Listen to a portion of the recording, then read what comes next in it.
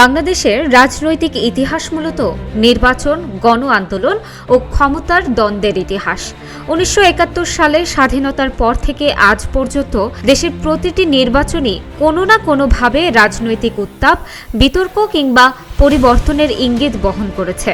ছাত্র আন্দোলনের মুখে শেখ হাসিনার পতনের পর ২০২৬ সালের ফেব্রুয়ারিতে অনুষ্ঠিত হতে যাওয়া নির্বাচন সেই ধারাবাহিকতারই সর্বশেষ ও সবচেয়ে গুরুত্বপূর্ণ অধ্যায়। ৫০ বছরে দেশে অনুষ্ঠিত এসব নির্বাচনের বিভিন্ন দিক তুলে ধরেছে আল জাজিরা।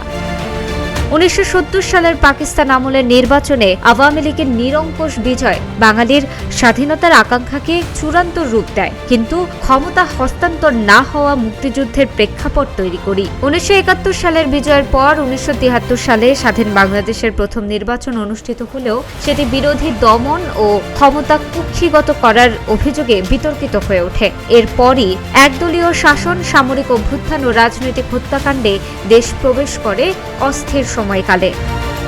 ১৯৭৫ থেকে ১৯৯০ সময়টা ছিল মূলত সামরিক শাসন ও নিয়ন্ত্রিত নির্বাচনের যুগ। জিয়াউর রহমান দেশকে বহুদলীয় রাজনীতি ফিরিয়ে আনলেও তিনি নিহত হওয়ার পর এরশাদের সামরিক শাসন আবারও গণতন্ত্রকে প্রশ্নবিদ্ধ করে। অবশেষে ১৯৯০-এর গণ অভ্যুত্থান এবং ১৯৯১ সালের নির্বাচন বাংলাদেশে তুলনামূলকভাবে স্বচ্ছ ও গ্রহণযোগ্য নির্বাচনের নতুন দৃষ্টান্ত স্থাপন করে।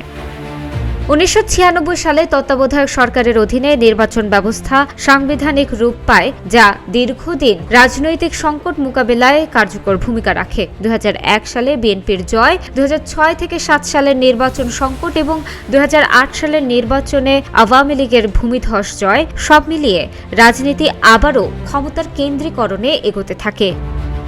২০১৪ ও ২০১৮ সালের নির্বাচন ছিল সবচেয়ে বিতর্কিত অধ্যায়গুলোর একটি। বিরোধী দলের বয়কট, দমন পীড়ন ও নির্বাচন ব্যবস্থার উপর সরকারের নিয়ন্ত্রণের অভিযোগে এসব নির্বাচন দেশি বিদেশি মহলে প্রশ্নবিদ্ধ হয়। ২০২৪ সালের জানুয়ারির নির্বাচন কার্যত একদলীয় পরিবেশেই অনুষ্ঠিত হয়, যা শেখ হাসিনার টানা পঞ্চম মেয়াদ নিশ্চিত করে।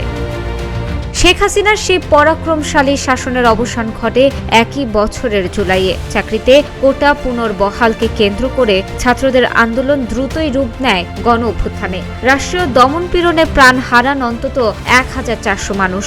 আগস্টে ক্ষমতা ছেড়ে দেশ ত্যাগে বাধ্য হন শেখ হাসিনা। অন্তর্বর্তী সরকারের দায়িত্ব নেন নোবেলজয়ী অর্থনীতিবিদ মোহাম্মদ ইউনুস। এখন বাংলাদেশ আবার এক ঐতিহাসিক সন্ধিক্ষণে। প্রায় ১২,৭০,০০,০০০ ভোটার, প্রবাসী ভোটাধিকার এবং নিষিদ্ধ দল নেতৃত্বের বিচারের প্রেক্ষাপটে আসন্ন নির্বাচন শুধু ক্ষমতা বদলের নয়, বরং ভবিষ্যৎ গণতন্ত্রের গতিপথ নির্ধারণ করবে। অতীতের নির্বাচনগুলোর অভিজ্ঞতা সামনে রেখে এই নির্বাচন আদৌ নতুন অধ্যায়ের সূচনা করতে পারে কিনা, সেই প্রশ্নের উত্তর খুঁজছে পুরো দেশ।